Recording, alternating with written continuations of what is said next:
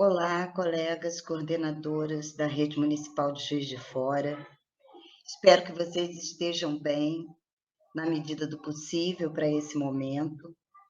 É um prazer poder conversar um pouco com vocês, ainda que virtualmente. Eu gostaria muito que nós pudéssemos estar nos encontrando presencialmente no dia de hoje, mas ainda não é possível.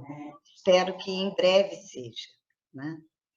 O motivo dessa minha conversa com vocês é discutir um pouco a retomada das atividades presenciais pelas escolas, e no dia de hoje eu escolhi fazer isso tomando como mote um texto do professor Antônio Novoa, que discute essa retomada na perspectiva de uma pedagogia do encontro. Então, hoje também eu quero exercitar um pouco essa pedagogia do encontro, me encontrando. No texto ao qual eu me referi, o professor Antônio Novoa e a professora Iara, que é professora aqui da Universidade Federal de Juiz de Fora, professora da Faculdade de Educação, eles vão afirmar que a educação implica sempre uma intencionalidade, o que nos conduz a valorizar o papel dos professores na construção de um espaço público comum da educação, na criação de novos ambientes escolares e na composição de uma pedagogia do encontro. Então, tem alguns elementos bem importantes, né, dessa afirmação. O primeiro deles é a ideia de que a educação envolve sempre uma intencionalidade. E isso, para nós, professores, é muito importante, porque nós nos comprometemos com essa intencionalidade. É ela que dá sentido ao nosso fazer pedagógico, né? Um outro elemento importante é essa ideia de valorização dos professores nesse espaço público comum da educação, que é um espaço que tem por objetivo, principalmente, promover a equidade, né? Ao longo desses 2 anos de pandemia, nós observamos que na educação, assim como em outros setores da vida, as desigualdades foram muito aprofundadas, né? E não é à toa que, nesse momento, os professores estão sendo tão requisitados, estão sendo tão discutidos, citados, e o seu papel tão valorizado, né? Isso, para nós, é muito importante e nos coloca uma grande responsabilidade de responder, né, de algum modo, às demandas desse momento. Em primeiro lugar, compreender essas demandas, né, para poder responder a elas. E o outro elemento que é muito importante dessa citação é essa ideia de criar nos ambientes escolares uma pedagogia do encontro.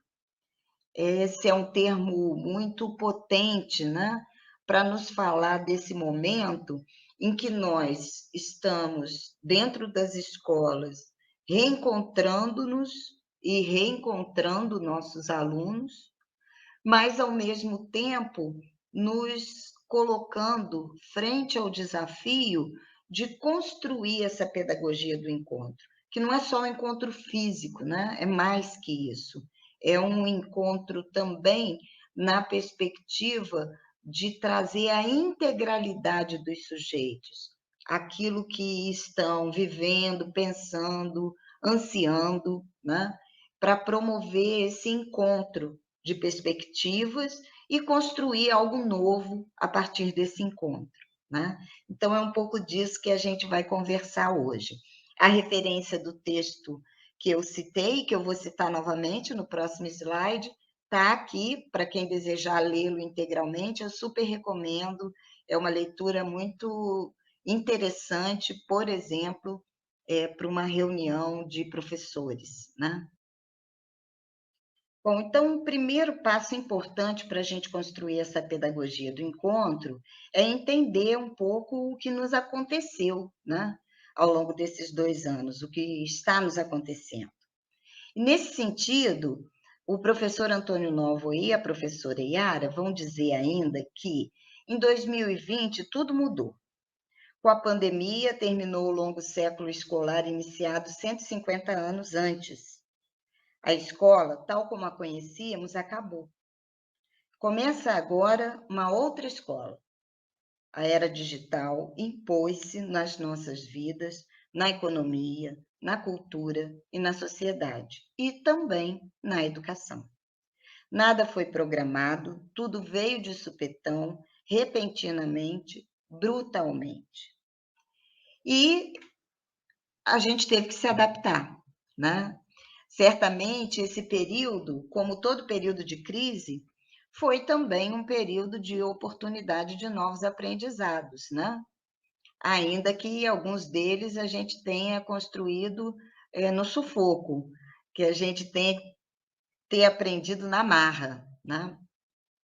E essa característica desses tempos que mudam a escola de forma tão brutal, né, como o professor Antônio Novo e a professora Yara Alvim destacam, para entender exatamente o significado disso e a repercussão que isso vai ter nas nossas vidas, a gente precisa muito do apoio da ciência, né? Porque nós aprendemos também nesses tempos de pandemia que a ciência é uma parceira inalienável do enfrentamento dos desafios desse mundo contemporâneo, e as ciências da educação também se tornaram um elemento muito importante, né, para a gente pensar esse retorno. E também precisamos do apoio da arte, porque a arte nos permite enfrentar os desafios, enfrentar a vida a partir de uma perspectiva que a ciência não dá conta, porque ela tem a ver com uma sensibilização, ela tem a ver com uma compreensão que vai além da racionalidade e nos chega pela via da emoção. Então, eu trouxe aqui hoje um clipe da Marisa Monte com uma música que, para mim, se tornou meio que um mantra dos tempos da pandemia. Não sei se vocês já conhecem, é a música Portas, e eu vou compartilhar um pouquinho esse vídeo com vocês, porque ele vai me ajudar a tratar de algumas coisas que eu gostaria de conversar hoje com vocês. Então, vou deixar vocês um pouquinho com a Marisa Monte e depois eu volto para a gente continuar conversando.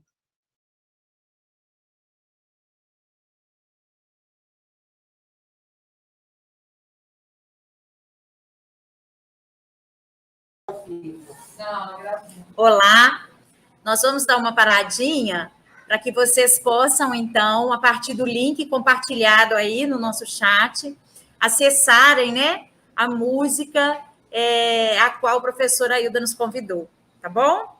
A gente já volta. A gente não pode passar pelo canal da secretaria, por isso que a gente vai precisar, então, que vocês assistam por meio do link, daqui a pouco a gente retoma.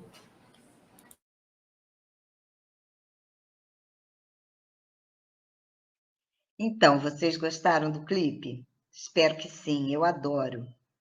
E eu acho a letra da música um primor, né? Porque ela fala de abrir portas, de abrir para ventilar, porque não existe uma única porta, não existe a porta certa, não existe a receita pronta, né? Não existe aquela bala de prata que vai resolver todos os nossos problemas. Então, as nossas escolhas, né, vão guiar o modo como nós enfrentaremos os desafios desse momento, que não são poucos.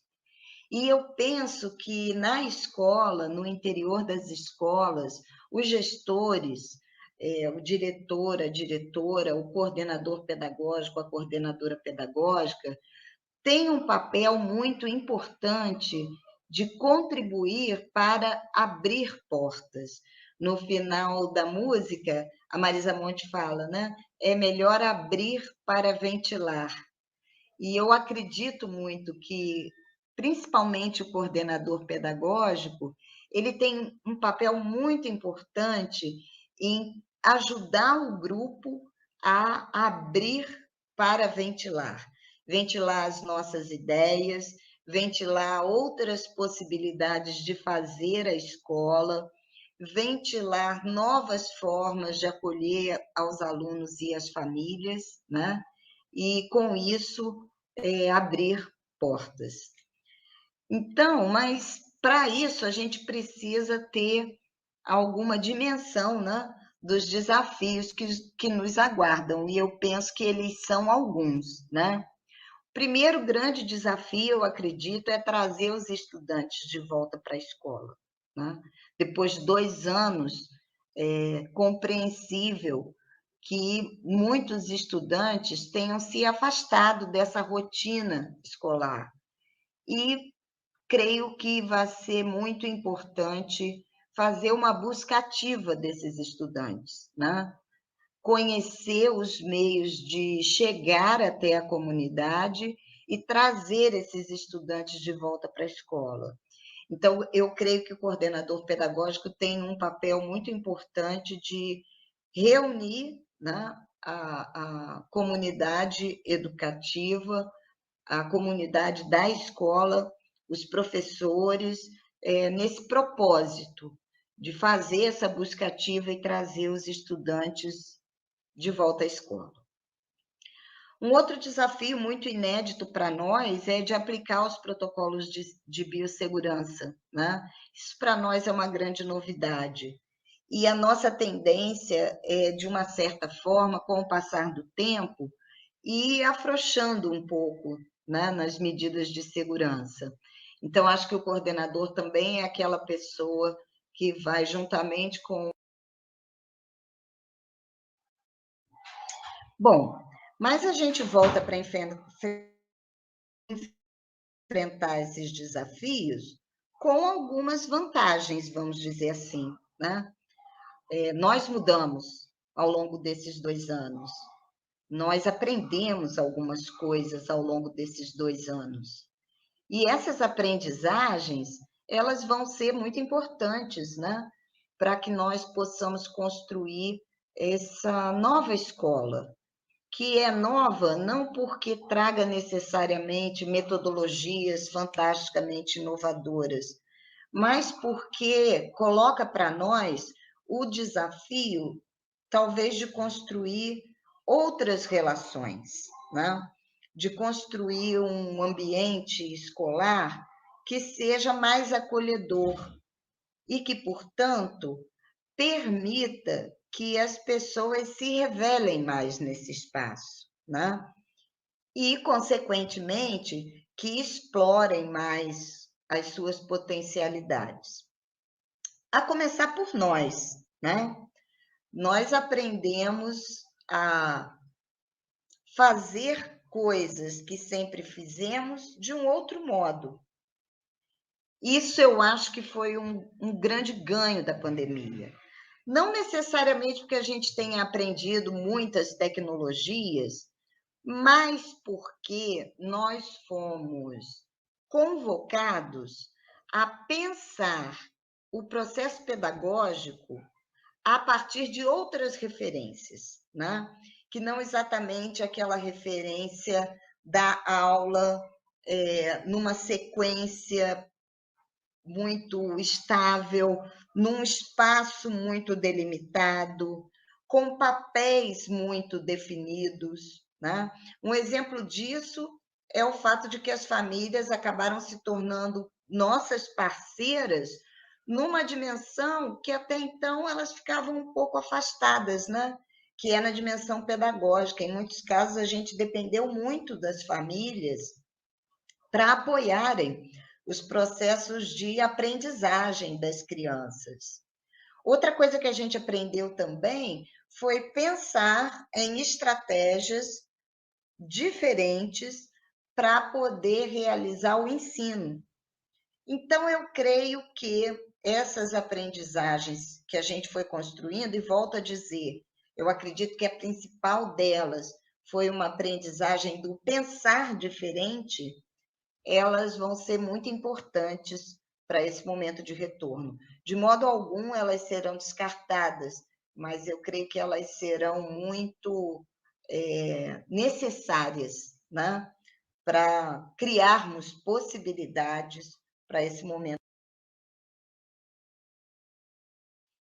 Como eu disse, talvez uma das grandes aprendizagens desse tempo de distanciamento social, de ensino remoto, tenha sido o fato de que as famílias se tornaram mais parceiras.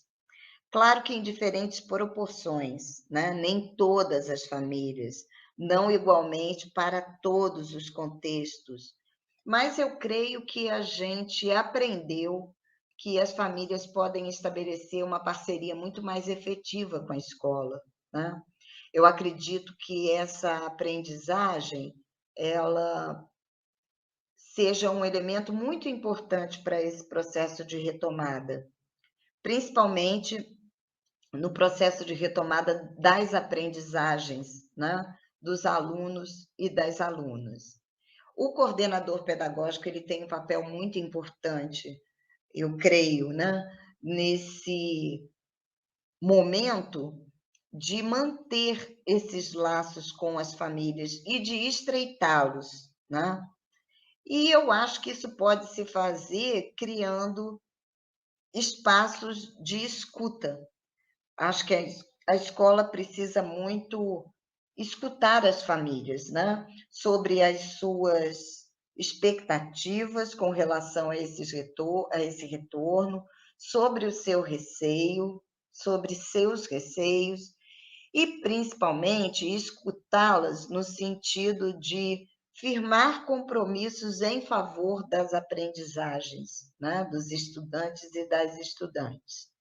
Então, acho que esse é um primeiro ponto. A gente aprendeu que as famílias podem ser parceiras e a gente não pode menosprezar esse aprendizado. Pelo contrário, a gente tem que fortalecê-lo. Uma outra aprendizagem importante que nós construímos nesse tempo é que os tempos e os espaços de ensinar e aprender podem ser mais variados, né? Nós criamos alternativas muito criativas para enfrentar o período do distanciamento. Os grupos de WhatsApp, as gravações de áudio, de vídeos, tudo isso foi nos ensinando que havia possibilidades que nós ainda não havíamos explorado, né, em relação a esses tempos e espaços. E eu creio que algumas dessas aprendizagens podem migrar para esse momento presencial. Uma coisa que sempre me ocorre é pensar na questão das tarefas de casa, né? Porque, embora a gente esteja presencialmente agora na escola, eu creio que será importante, necessário, né, que nós continuemos destinando algumas tarefas para serem feitas pelos alunos em casa, para suprir uma lacuna que nós sempre identificamos, né, com relação a esse tema das tarefas de casa. Estudantes que muitas vezes não faziam porque não compreendiam, não havia em casa alguém que pudesse explicar a eles o que era para ser feito. Então, acho que esse recurso do áudio e do vídeo, né, esse recurso pode ser bem interessante para a gente poder pensar em atividades de casa mais criativas, mais significativas, e também que os alunos possam fazer com uma maior autonomia, né? Não só vídeos gravados por nós, mas um vídeo que ele vai assistir no celular e, com base no que ele assistiu, ele vai fazer uma determinada atividade, né? Ainda que nem todos os estudantes tenham esse acesso, a gente pode pensar em modalidades onde seja possível articular, né, essas diferentes mídias. A mídia impressa para aqueles que não têm acesso e um outro tipo de mídia para aqueles que não têm, trabalhos com uma maior originalidade e também explorando mais, né, as possibilidades que a gente tem hoje na web de criar tarefas mais interessantes, né, mais motivadoras. Uma outra questão importante, aí eu creio que o coordenador tem um papel fundamental, é de potencializar os tempos de aprendizagem dos estudantes no interior da escola, né?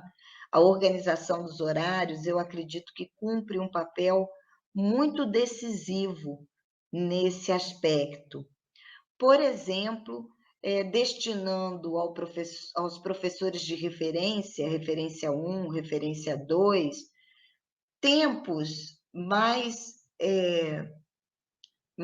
alargados de trabalho com os alunos, né? Que não sejam tempos tão interrompidos por atividades de outra natureza, ou mesmo tempos, por exemplo, após o recreio, se houver atividade.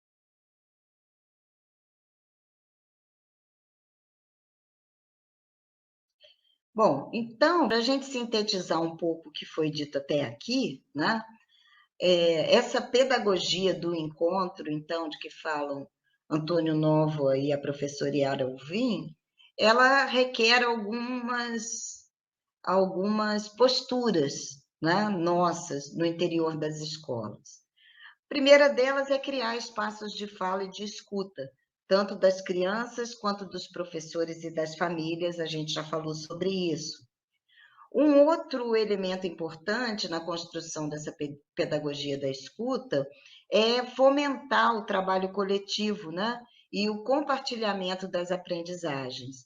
O tempo da pandemia nos ajudou a perceber que a gente tem algumas alternativas interessantes para fomentar esse trabalho coletivo, que é muito difícil, especialmente porque as pessoas também têm tempos disponíveis diferentes para as instituições, mas a gente viu que há possibilidades, né, de encontros, inclusive não presenciais, e de promover esse trabalho coletivo, de fomentar esse trabalho coletivo. É muito importante a gente entender que essa tarefa, né, de retomada das aprendizagens não é uma tarefa exclusiva dos professores. Mais do que nunca, é importante a gente desenvolver uma cultura escolar que encare os alunos como alunos da escola, e não do professor A, B ou C. E por isso, a gente precisa do trabalho coletivo, porque nós não vamos resolver essa questão das aprendizagens num único ano. Nós vamos precisar ter procedimentos de curto, médio e longo prazo, né? E só por meio do trabalho coletivo isso vai se tornar possível. Uma outra questão importante, que a gente também já discutiu, é esse repensar a organização dos tempos e espaços, né, de ensinar e de aprender, tendo como foco principalmente o aprendizado da leitura e da escrita. Dentre todas as aprendizagens que certamente nós vamos precisar cuidar, o aprendizado da leitura e da escrita, eu considero que tem um papel muito central, porque ele é condição para a construção de outras aprendizagens. Se nós pensarmos, por exemplo, num estudante que chega hoje à escola, no 6º ano do ensino fundamental, portanto, no início, né, dos anos finais do ensino fundamental, esse estudante cursou o 4º e o 5º anos na modalidade à distância, né? Certamente aconteceram perdas nesse processo de aprendizagem da leitura e da escrita, que precisarão ser objeto de trabalho de todos os professores que tiverem contato com esse estudante, né? Então, isso, a um só tempo, é desafiador e, ao mesmo tempo, é estimulante, porque nos coloca na contingência, né, de construirmos uma abordagem desse estudante que é de todos, né? Precisa ser de todos. Um compromisso com essa aprendizagem que precisa ser de todos. Precisamos também produzir e compartilhar mecanismos de avaliação diagnóstica que subsidiem o planejamento, porque a gente precisa entender, né, as aprendizagens que esses estudantes construíram ao longo desse tempo e aquelas que não foram construídas, e discutir a readaptação curricular, porque a gente não pode pensar que vamos continuar de onde paramos, né? É como se não houvesse esse tempo, esse distanciamento, né? Não só físico, mas também de uma relação mais estável dos estudantes com a escola. Então, pensando em tudo isso, eu trouxe aqui essa imagem, né, de um rizoma. O rizoma é uma raiz da qual brotam várias ramificações, né? Eu penso que a figura do gestor é muito representativa. O rizoma é uma metáfora muito representativa dessa figura do gestor, seja ele o diretor ou a diretora ou o coordenador pedagógico, né? Porque ele é essa raiz que nutre, né, a vida da escola e da qual brotam várias ramificações. Eu lembro que quando eu era coordenadora pedagógica, às vezes eu dizia assim, eu estou me sentindo um polvo, né? Com vários tentáculos, tendo que fazer várias coisas ao mesmo tempo. Acho que o coordenador pedagógico é um pouco isso, né? Não que a gente vá tomar para si essa imagem de ser multitarefas, mas sem dúvida nenhuma nós temos uma posição na escola que nos permite olhar para diferentes dimensões, né, dos processos que vão acontecendo ali. Então, eu creio que essa figura do rizoma, que é um caule, né? Na verdade, o rizoma é um caule do qual brotam várias ramificações, ela é muito metafórica para exemplificar essa função. Ainda sobre o trabalho coletivo, eu acredito que durante a pandemia nós aprendemos que há alternativas para os encontros, né? Ao longo dos anos, estando presente na rede, né, fazendo pesquisas com professores e professoras que atuam na rede municipal de Juiz de Fora, e também em diálogo com os coordenadores e as coordenadoras pedagógicas, um problema sempre apontado era a questão da dificuldade para reunir as pessoas, né? Para que pessoas, por exemplo, professores que atuam com uma mesma turma, possam se encontrar para planejar juntos. Creio que no período da pandemia a gente descobriu nas reuniões online um potencial muito interessante para lidarmos, né, com essa dificuldade. E eu acredito que é preciso continuar explorando esse potencial, né? Continuar utilizando desse recurso para reunir pessoas que talvez não pudessem estar juntas presencialmente, né? Então, acho que os coordenadores e as coordenadoras podem pensar em lançar mão desse recurso, né, para a promoção desse trabalho coletivo, manter, né, essa alternativa que de início foi emergencial, mas que pode se tornar algo incorporado, né, à cultura escolar.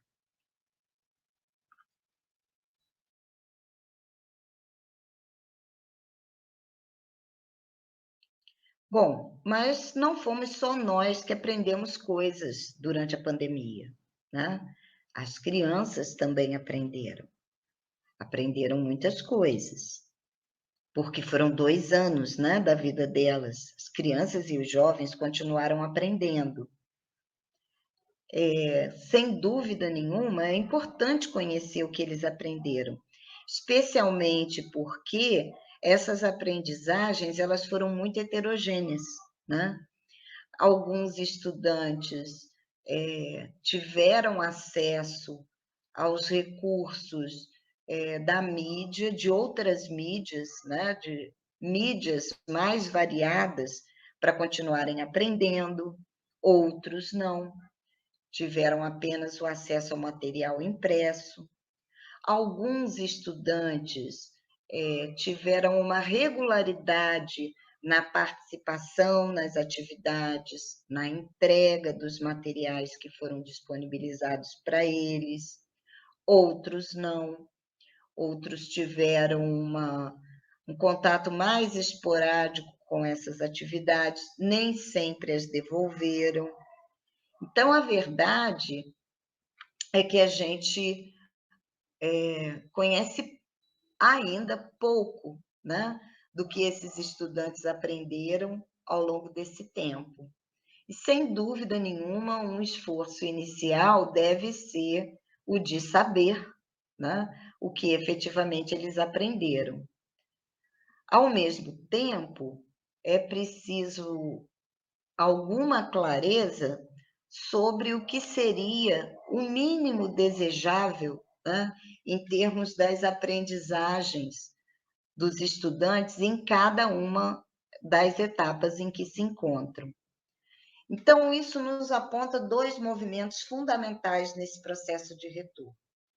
O primeiro deles é pensar as aprendizagens essenciais, fundamentais para cada uma das etapas de escolarização. Os estudantes que chegam para os estudantes, né, que chegam ao primeiro ano, isso é relativamente tranquilo, porque o primeiro ano é aquele no qual vai se efetivamente dar início a um processo mais sistematizado de alfabetização, né? Então, independente das experiências da educação infantil, que não é um pré-requisito de acesso à etapa do primeiro ano, a gente tem uma certa clareza do currículo a ser praticado com esse estudante que chega ao primeiro ano, né? Isso não é necessariamente um problema. Aqueles que chegam ao segundo ano já começam a demandar de nós esse esforço de pensar nas aprendizagens fundamentais, né, que seriam esperadas do primeiro ano e daquelas que seriam próprias ao segundo ano. Então, aí já começa um primeiro esforço para se eleger quais serão aquelas aprendizagens, foco do nosso trabalho com os estudantes do segundo ano. E isso se estende às demais etapas, né? O aluno que chega ao terceiro ano, ele cursou o primeiro e o segundo anos à distância. Então, nós temos que pensar quais seriam aquelas habilidades fundamentais para um estudante que ingressa no terceiro ano, para que ele tenha condições de, a partir dessas aprendizagens, construir novas, né? O terceiro ano seria basicamente aquele em que se consolida a alfabetização inicial. Então, talvez nós tenhamos que pensar nesse terceiro ano a partir de outras referências, né? Pensando em aprendizagens mais básicas, que pode ser que esses estudantes ainda não tenham construído. E o mesmo raciocínio vale para as demais etapas, o quarto e o quinto anos. Eu vou me ater aqui principalmente a esses anos iniciais, porque o nosso foco principal dessa conversa é a alfabetização, né? Então, eu acredito que uma atenção muito especial deva ser dedicada a esses 2 anos de terminalidade. O terceiro ano, por ser aquele que se consolidaria a alfabetização inicial, e o quinto ano, porque é aquele depois do qual os alunos vão ingressar numa outra estrutura.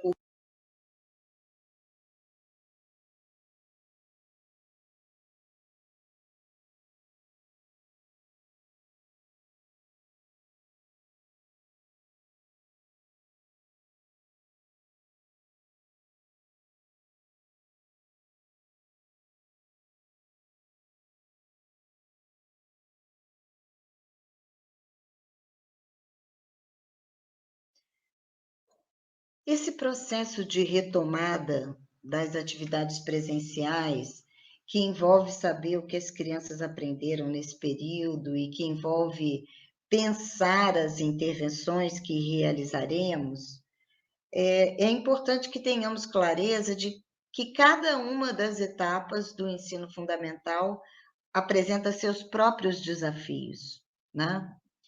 E é preciso considerar esses desafios em relação às especificidades de cada uma dessas etapas. Eu tenho ouvido muito uma certa ansiedade de que a retomada das aprendizagens envolva principalmente antecipar na educação infantil algumas aprendizagens que seriam próprias do ensino fundamental. Vejam, isso não faz o menor sentido, porque as crianças que chegarão à educação infantil chegarão para viver a etapa em que se encontram e entrarão num fluxo de escolarização absolutamente normal, né? Então, nós temos que pensar no que caracteriza o trabalho pedagógico nessa etapa. Se nós consultarmos tanto as diretrizes curriculares nacionais como a própria Base Nacional Comum Curricular, nós veremos que o eixo do trabalho pedagógico na educação infantil são as interações e as brincadeiras. E vejam, foi exatamente disso que as crianças ficaram privadas, principalmente, né, durante esse tempo da pandemia. Então, na educação infantil, a retomada das aprendizagens significa principalmente criar oportunidades para que as crianças tenham experiências ricas ao interagirem umas com as outras, com os adultos e ao brincarem. É claro que essas experiências são atravessadas por práticas de linguagem muito importantes para as crianças dessa etapa. Então, são experiências atravessadas pelo trabalho com a literatura de boa qualidade, que deve ser diário. São atravessadas por práticas de linguagem que envolvem as manifestações culturais do seu grupo de referência, os trava-línguas, as adivinhas, as brincadeiras cantadas, né? Os acalantos. Então, todas essas práticas favorecem a uma imersão das crianças da educação infantil na e com e pela linguagem, que é fundamental para o trabalho futuro no ensino fundamental. Mas é isso que caracteriza a etapa, né? Mais do que nunca, nós precisamos promover experiências das quais as crianças ficaram afastadas no período de distanciamento. São principalmente experiências com a linguagem. No ensino fundamental, também temos especificidades ano a ano, né? E é com base na consideração dessas especificidades que nós vamos, então, pensar nas readaptações curriculares.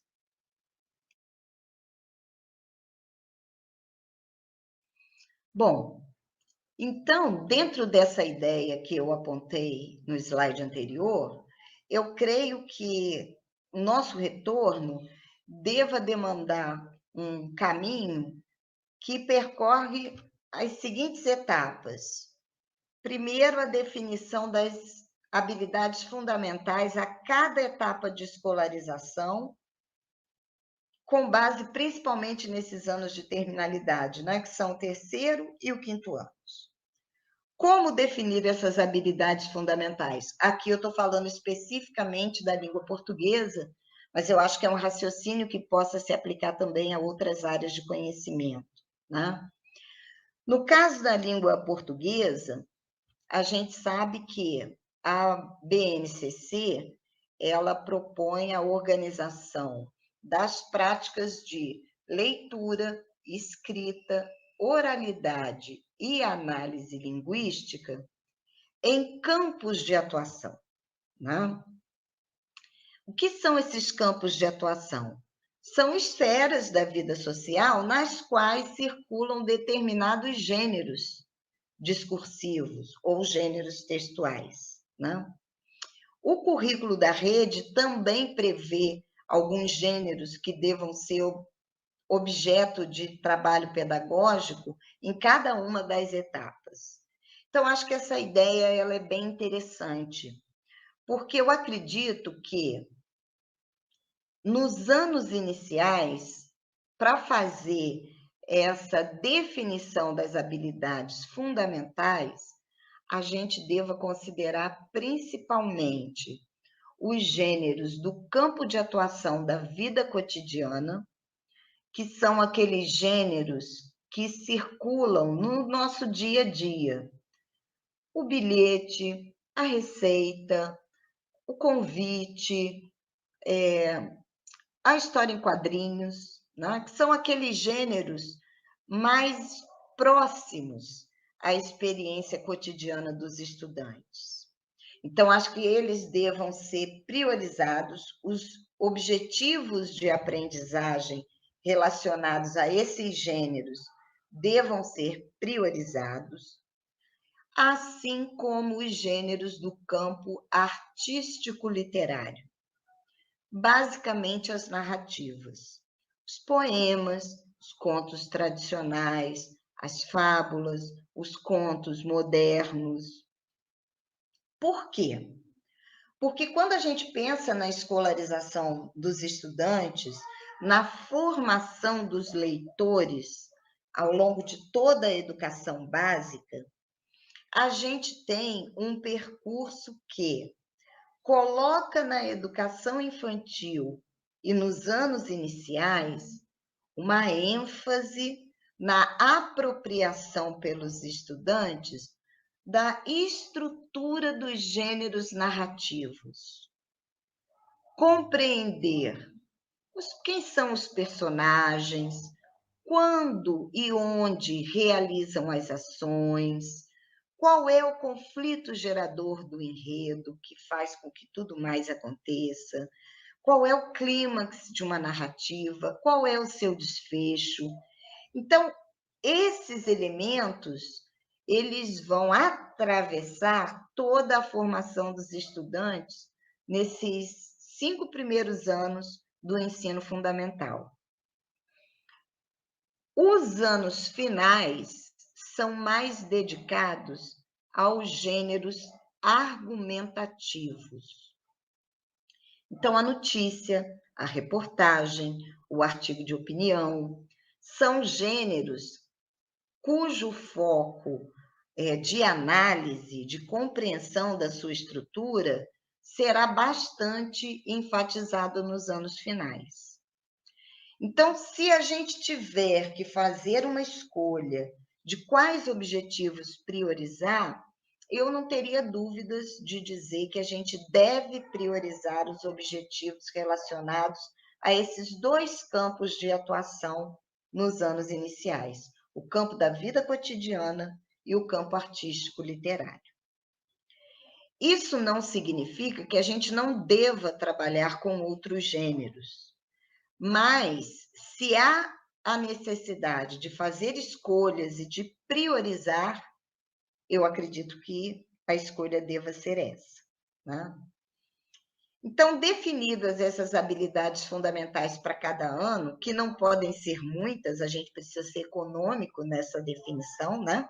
Porque se a gente tem 15 habilidades fundamentais a cada ano, é muita coisa, né? Então, a gente precisa ter foco.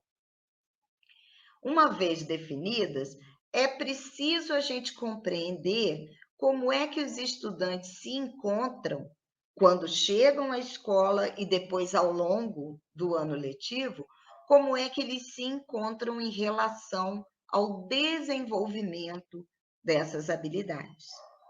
E aí é fundamental que a gente crie na escola instrumentos de avaliação diagnóstica formativa que nos permitam ir acompanhando esse desenvolvimento em momentos-chave desse processo, né? E, finalmente, a intervenção, né, pedagógica, que deve se dar tendo como referência o resultado desse diagnóstico. Então, isso é um movimento que vai se dando ao longo de todo o ano letivo, né? E que eu acredito que seja muito importante para esse processo de recomposição ou de retomada das aprendizagens dos estudantes.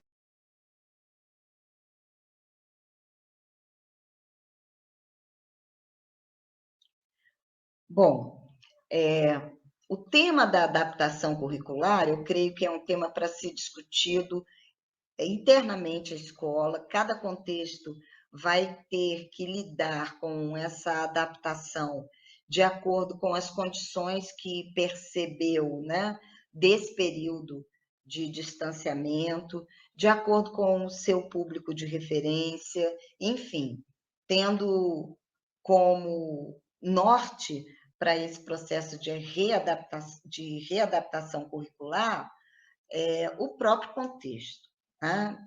E aí o trabalho coletivo vai ser fundamental para essa análise do contexto. Sobre a avaliação diagnóstica, eu acho que é importante pensar em que tipo de atividade é mais adequada para promover essa avaliação diagnóstica, né? Acho que a rede já realiza algumas iniciativas importantes nessa direção, falando especificamente do tema da alfabetização, né? O ditado conceitual é uma iniciativa, né, da rede que caminha nessa direção de produzir um diagnóstico, né? Como que esse diagnóstico vai, então, informar o planejamento das ações pedagógicas? E que tipo de avaliação é a mais adequada em cada momento para produzir esse diagnóstico? Então, são questões fundamentais, né, sobre as quais a gente vai precisar se debruçar, e eu creio que o coordenador pedagógico tem um papel fundamental, né, de organizar esse debate na escola. Para a gente discutir hoje aqui, eu trouxe alguns exemplos que eu vou apresentar para vocês, né? E ao longo dessa apresentação, eu vou tentar evidenciar como é que esses exemplos respondem a essas três questões que eu formulei aqui. Bom, o primeiro exemplo que eu trouxe para vocês é o exemplo de uma avaliação diagnóstica que tem como foco a escrita e a leitura de palavras. Por que a escrita e a leitura de palavras? Porque eu acredito que a avaliação diagnóstica com foco na alfabetização inicial, ela deva partir dessas habilidades, porque elas permitem a gente compreender com maior clareza em que momento desse processo de construção da leitura e da escrita os estudantes se encontram. Então, esse exemplo de avaliação diagnóstica que eu vou trazer para vocês foi um exemplo que eu construí pensando nessas turmas do terceiro, quarto e quinto anos. Por que especificamente esses anos? Porque são anos onde a gente já teria a expectativa de que os estudantes lessem com compreensão, mesmo palavras compostas por estruturas silábicas mais complexas, né? Então, esse é um primeiro ponto. o foco da avaliação diagnóstica vai sugerir os critérios que eu vou utilizar para organizá-la. Nesse caso, eu usei alguns critérios para a seleção de palavras a partir das quais eu faria um ditado e uma atividade de leitura individual.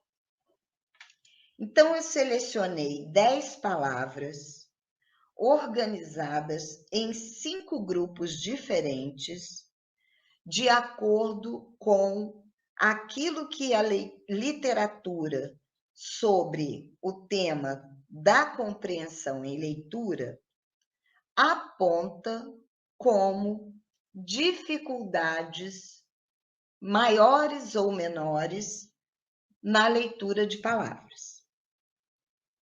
Então, no primeiro grupo, há uma questão importante. Eu selecionei palavras relacionadas a um mesmo campo semântico, que tem a ver com coisas relacionadas ao mar. No dia que eu preparei essa atividade, tinha sido logo depois de toda aquela polêmica gerada com uma instalação feita por alguns atores no Parque Alfield e que reproduziu o ambiente de uma praia no Parque Alfield. Então, eu imaginei que uma avaliação como essa tem que partir também de uma situação significativa para os alunos, né? De um tema que está em discussão na mídia, ou de uma história que eu tenha contado à turma, ou de um vídeo ao qual os alunos tenham assistido, ou até mesmo de um tema que eu esteja discutindo em outra área do conhecimento, como as ciências, ou naturais, ou sociais, né?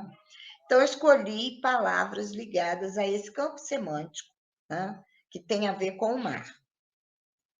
Então, no primeiro grupo, eu coloquei palavras dissílabas e compostas exclusivamente por sílabas canônicas, que são aquelas sílabas no padrão consoante-vogal, que é o padrão mais frequente na língua portuguesa. Então, o primeiro grupo seria o de palavras mais fáceis. O segundo grupo, também de palavras formadas apenas por sílabas canônicas, porém, palavras trissílabas. Então, um pouco mais extensas, portanto, um pouco mais difíceis do que as do grupo 1. No terceiro grupo, palavras dissílabas, porém compostas por diferentes padrões silábicos. Então, além do padrão consoante-vogal, eu posso ter nessas palavras o padrão consoante, vogal, consoante, eu posso ter o padrão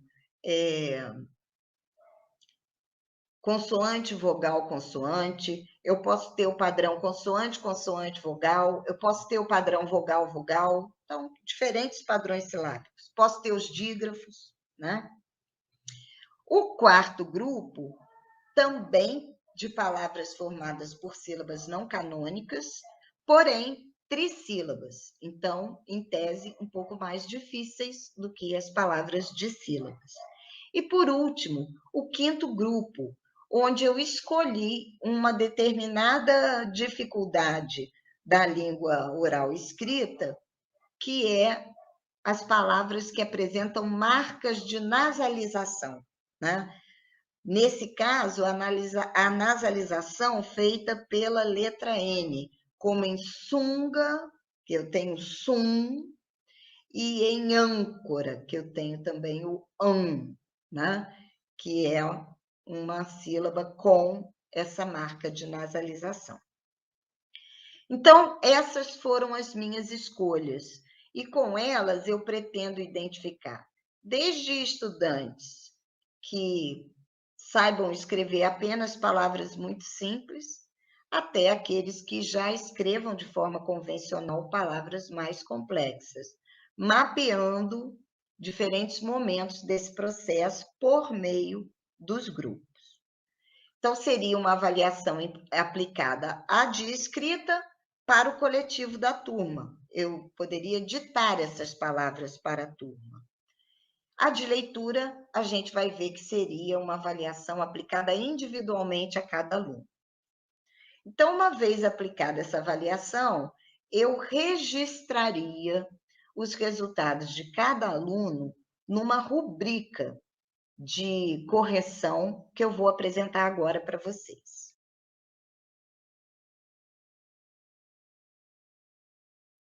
Bom, então essa seria a rubrica que eu utilizaria para avaliar a escrita do aluno, né?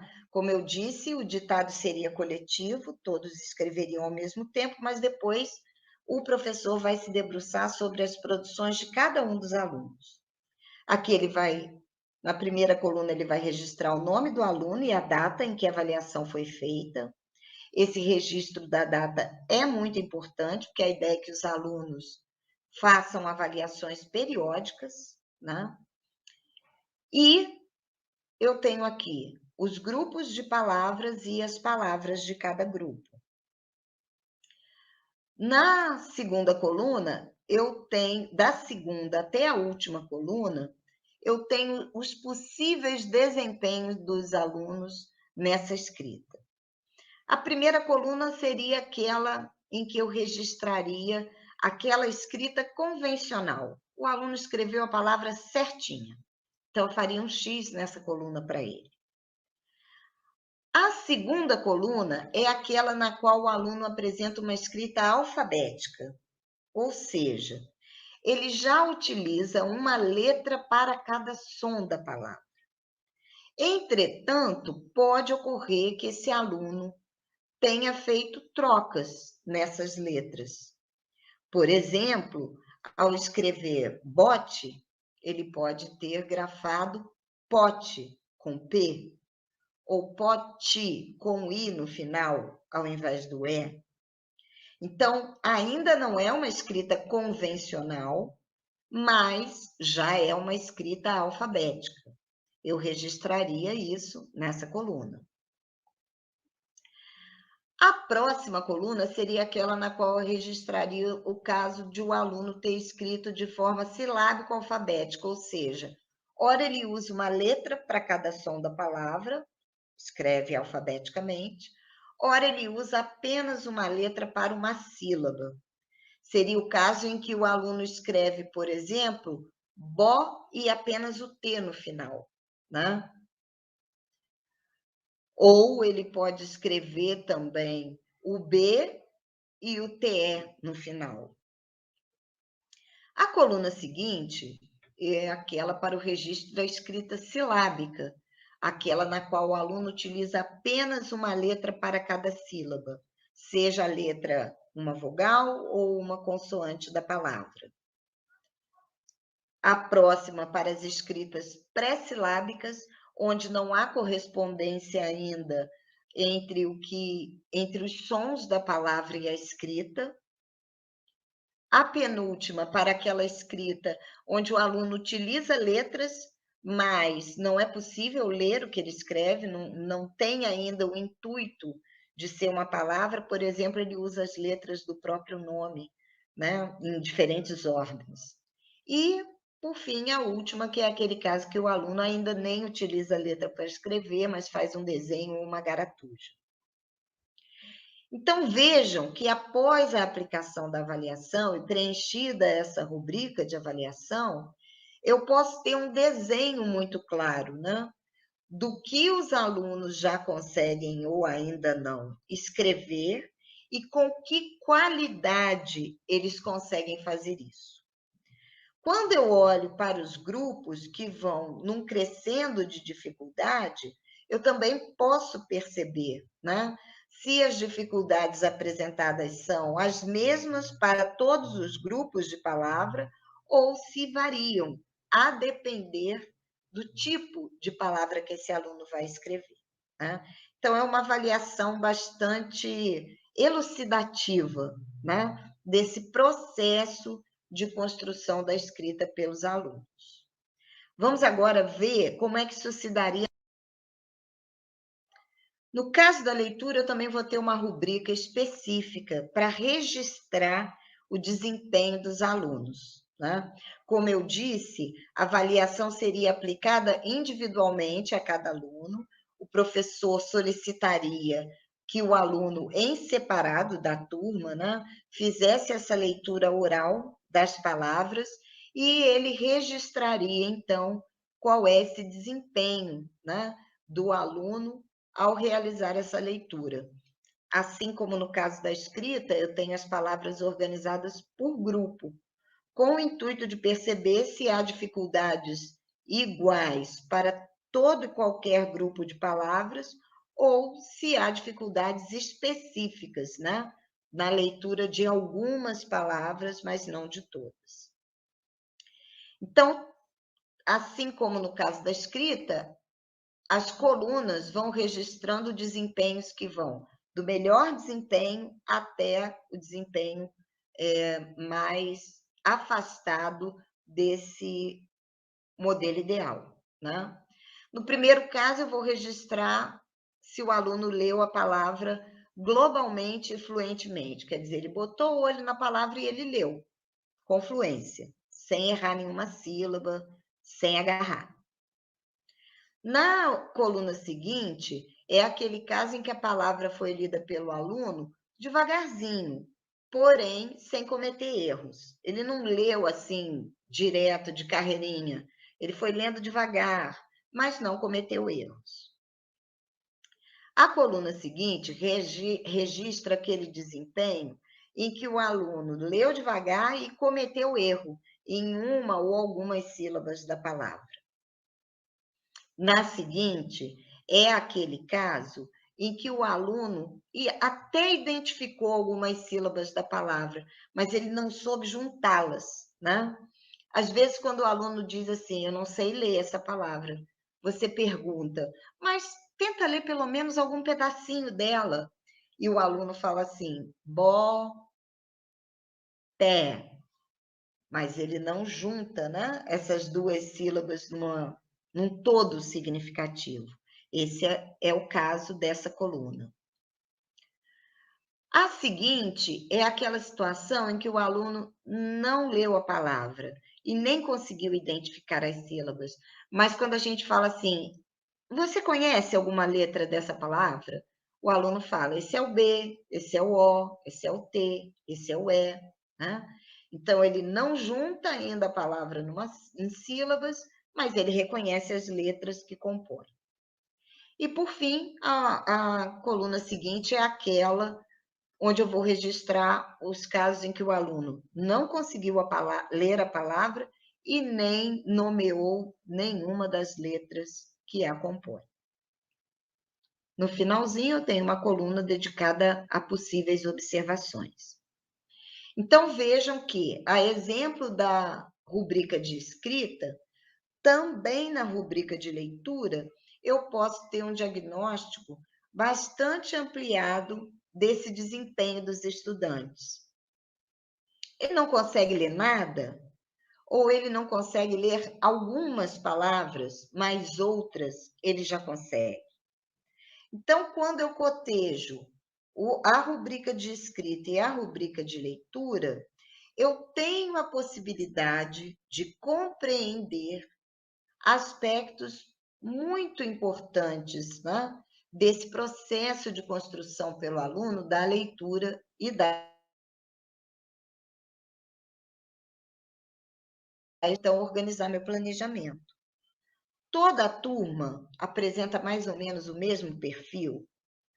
Há grupos com diferenças significativas no interior de uma mesma turma?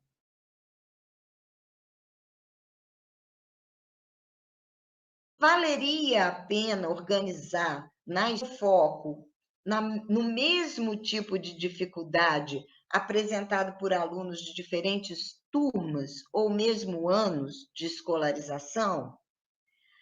Então, o resultado do diagnóstico, ele vai ser muito importante para informar as ações da escola de um modo geral, com foco na aprendizagem. E, claro, também as ações do professor especificamente com a sua turma, né? para ele compreender o que é que os alunos já sabem e, portanto, já são aprendizagens consolidadas e o que eles ainda não sabem. Vou dar um outro exemplo de uma rubrica de avaliação agora da leitura de textos.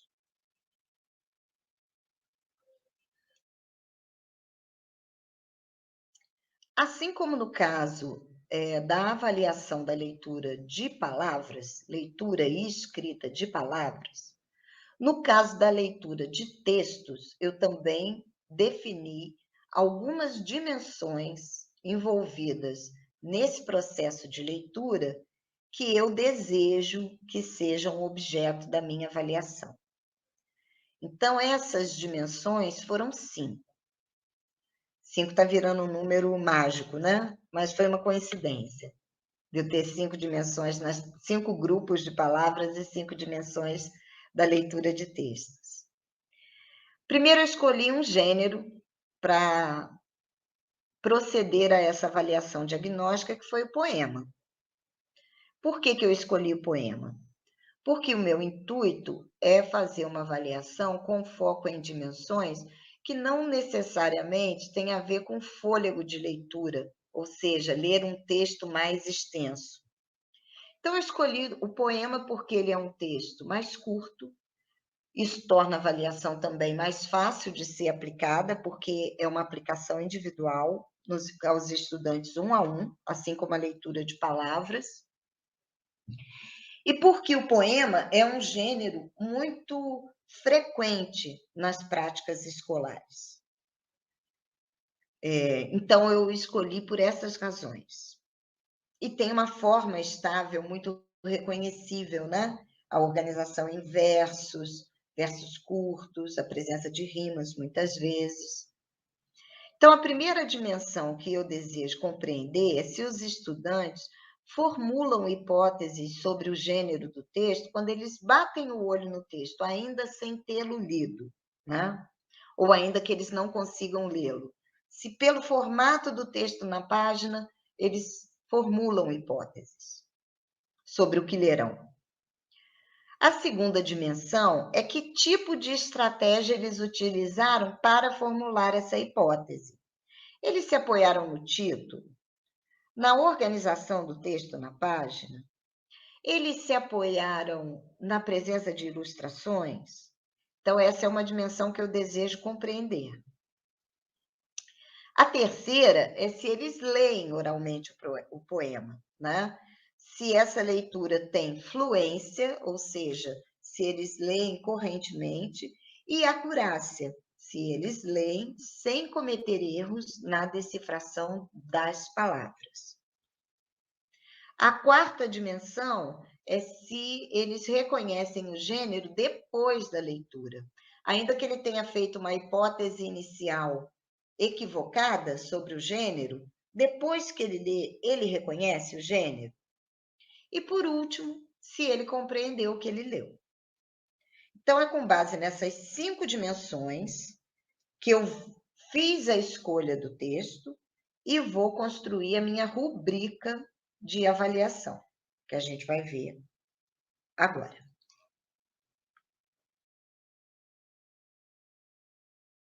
Bom, o texto que eu escolhi foi um poema do José Paulo Paes.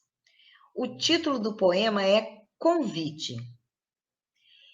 E eu também escolhi uma versão ilustrada desse poema. O poema diz o seguinte: convite. Poesia é brincar com palavras, como se brinca com bola, papagaio, peão. Só que bola, papagaio, peão, de tanto brincar, se gastam. As palavras, não. Quanto mais se brinca com elas, mais novas ficam. Como a água do rio, que é água sempre nova. Como cada dia, que é sempre um novo dia. Vamos brincar de poesia?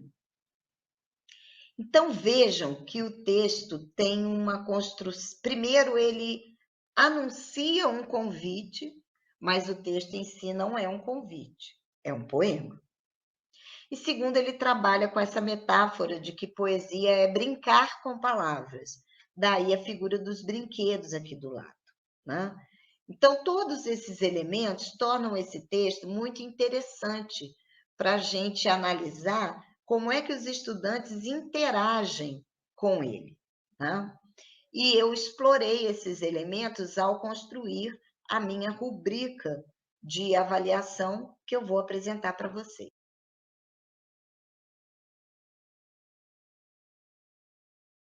Bom, então a lógica para a organização da rubrica de avaliação é exatamente a mesma que eu usei para a avaliação das palavras, né? Eu tenho aqui um espaço para o nome do aluno, para a data em que a avaliação foi feita, e fui listando cada uma das dimensões que eu busco avaliar. Ao contrário da rubrica de avaliação de palavras, os critérios de desempenho não são os mesmos, porque as dimensões diferem bastante, né, quanto ao seu foco. Então, nesse caso, para cada dimensão, eu construí possibilidades de desempenho diferentes. Então, para a dimensão 1, como é que eu avaliaria essa dimensão? Eu apresentaria o texto ao aluno e antes que ele lesse, imediatamente depois de mostrar o texto, eu perguntaria a ele: que tipo de texto você acha que é esse? E eu veria a resposta que ele ia me dar. Tá? Há várias possibilidades. Identificar o texto como um poema, ou poesia, ou verso. Identificar o texto como um convite, porque lá no início, né, o título é convite. Identificar um texto como sendo o texto dos brinquedos, porque aí, nesse caso, isso vai me indicar que ele se apoiou principalmente nos desenhos, né, dos brinquedos que ilustram o poema. Ou identificou o texto como pertencente a um outro gênero, eu vou registrar qual, ou ainda não formulou hipótese. Tem aluno que, diante dessa pergunta, responde: não sei, eu não sei que tipo de texto é esse.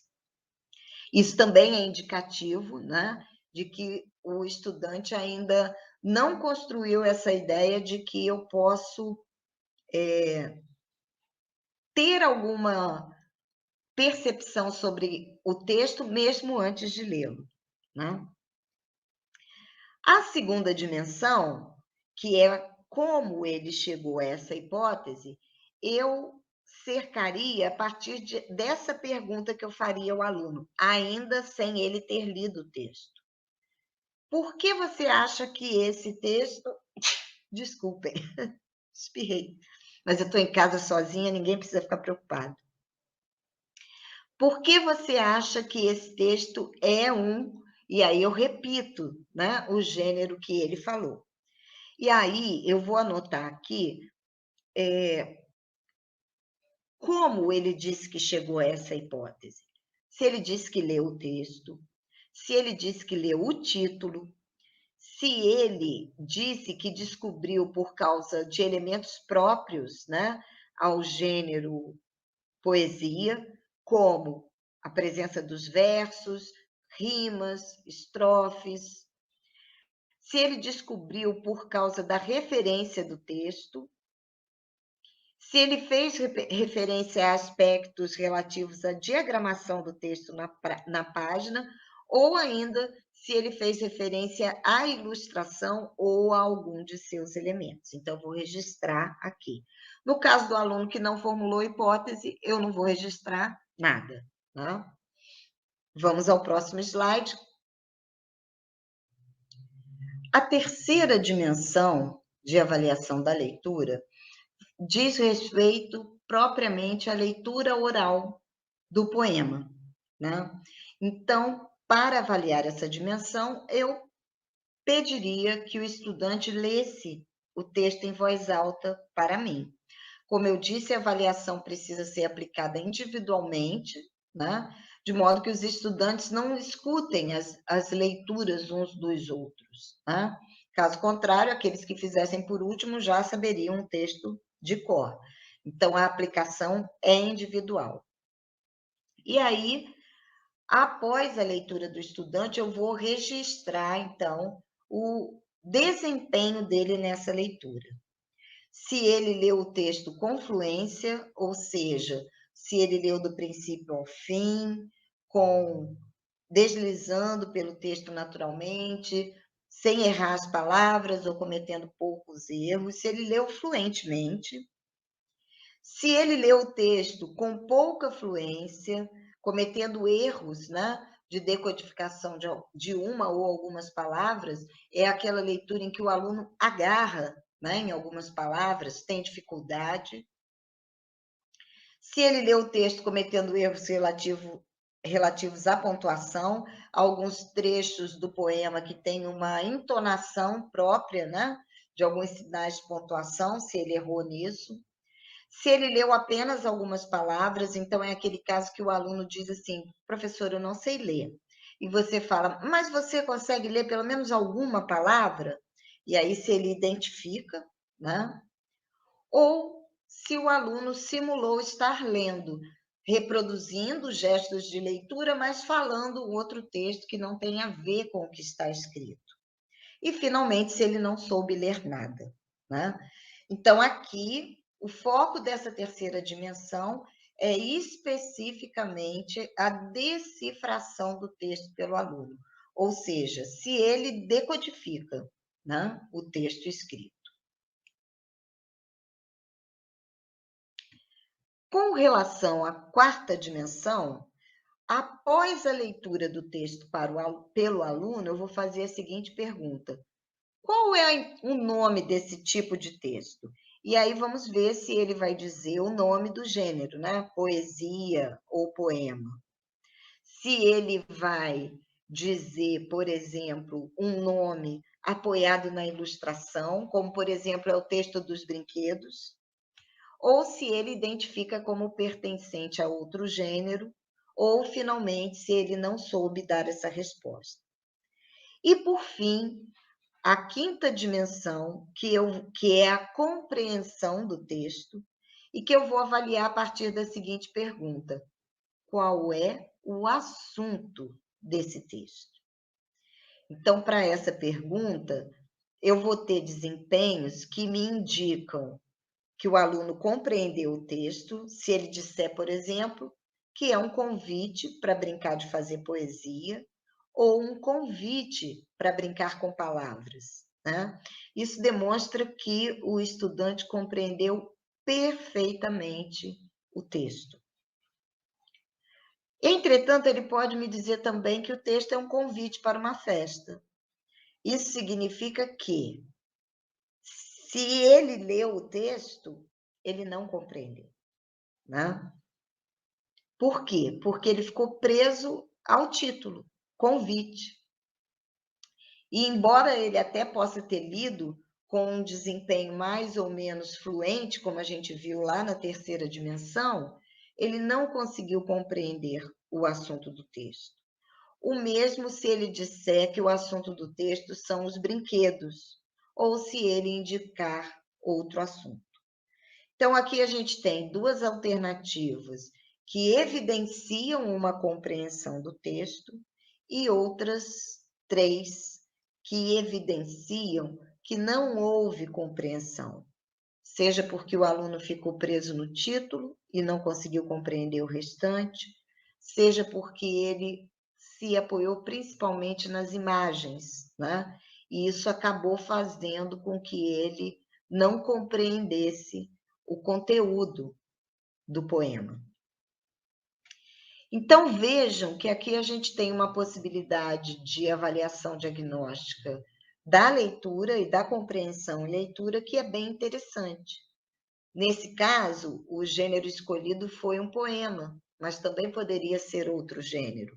A gente construiu no grupo de pesquisa que eu coordeno, a gente tem modelos de avaliação diagnóstica de textos não verbais ou de textos que conjugam linguagem verbal e não verbal, como as histórias em quadrinhos. A gente tem modelo de avaliação diagnóstica de receita culinária, de fábula. Então, para cada gênero, eu tenho objetivos diferentes, né? E por isso eu vou construir rubricas de avaliação também diferentes. Mas o importante é que eu tenha clareza do que é que eu pretendo diagnosticar, porque é a partir dessa clareza que eu vou construir o instrumento, né, de avaliação diagnóstica. De onde vem, então, essa clareza? Principalmente daquelas habilidades que eu escolhi, que serão as habilidades foco de cada um dos anos de escolarização. E com base no resultado desse diagnóstico, aí então eu vou construir o meu planejamento, né?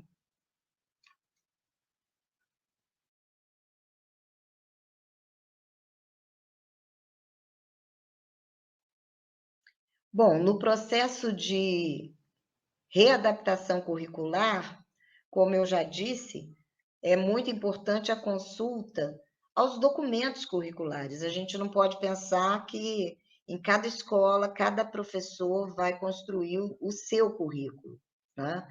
É claro que o currículo mesmo vai acontecer ali, no cotidiano da escola, mas a referência para essa construção tem que ser uma referência mais sistematizada, né? Então, a consulta à BNCC, eu acredito que seja importante, assim como a consulta à proposta curricular da rede, que recentemente sofreu alguns ajustes, né, a partir desse diálogo com a BNCC. Então, é importante que no coletivo esses documentos circulem, que eles sejam a base para a discussão dessa readaptação curricular, né? Que eles sejam consultados para se definir o que é prioritário em cada etapa.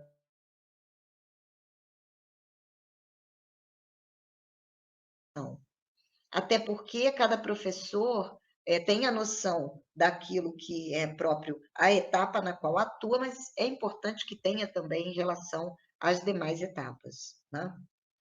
Então, essa referência aos documentos curriculares, essa consulta, esse estudo dos documentos curriculares é muito importante.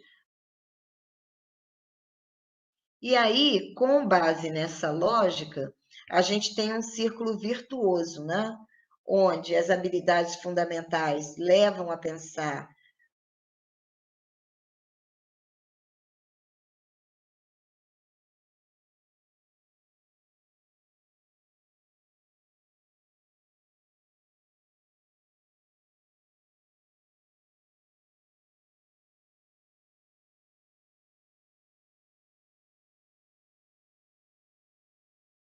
habilidades. Você tem um exemplo, mas a escola pode construir muitos outros instrumentos, inclusive muito mais interessantes, né?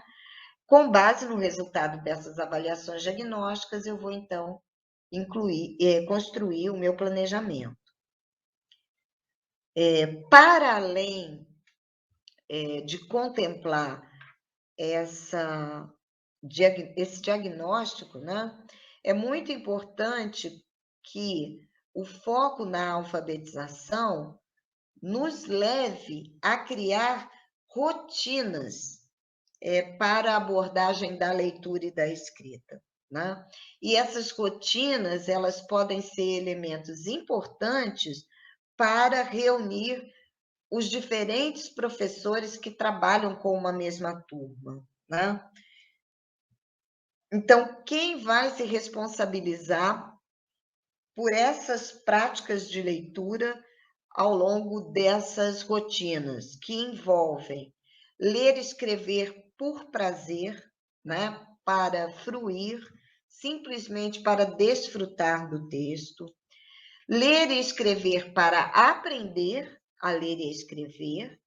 Então, são aquelas atividades onde há uma sistematização do trabalho com as regras que organizam a nossa escrita alfabética. Ler e escrever para compartilhar, que são os momentos de leitura compartilhada, nos quais os estudantes discutem o que entenderam do texto, os sentidos que produziram para o que leram, confrontam suas interpretações e constroem esse sentido coletivamente, tendo o professor como um mediador muito importante, né, dessa tarefa de compreensão leitora. A avaliação periódica da leitura e da escrita com base nas habilidades fundamentais. Então, a avaliação diagnóstica não é algo que se faça num único momento, por exemplo, no início do ano ou no final dele, mas ela precisa estar presente em outros momentos, né? Para que eu possa planejar com base nesses resultados, ou seja, construir um planejamento melhor informado, né? Alicerçado no desempenho efetivo dos estudantes.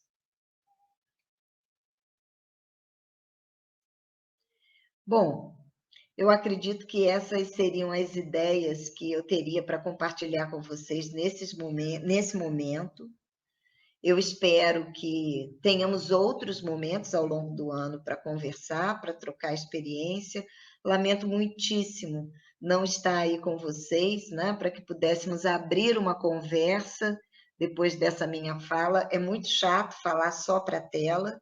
Eu estou aqui fazendo um esforço para imaginar vocês aí do outro lado. E eu gostaria de terminar mais uma vez me valendo da linguagem artística para deixar para vocês o meu abraço virtual, na impossibilidade de um abraço real, né?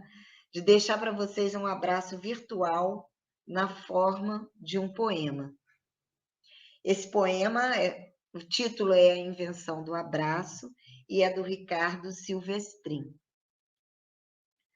Abraços longos e curtos, magros e gordos, abraços brancos e negros, de velhos, de crianças, abraços de homens e de mulheres, abraços e braços. Até que um dia alguém deu um passo, diminuiu o espaço e fez do braço um laço. Foi um sucesso. Virou moda. E hoje, até na hora do fracasso, se abraço, há abraço.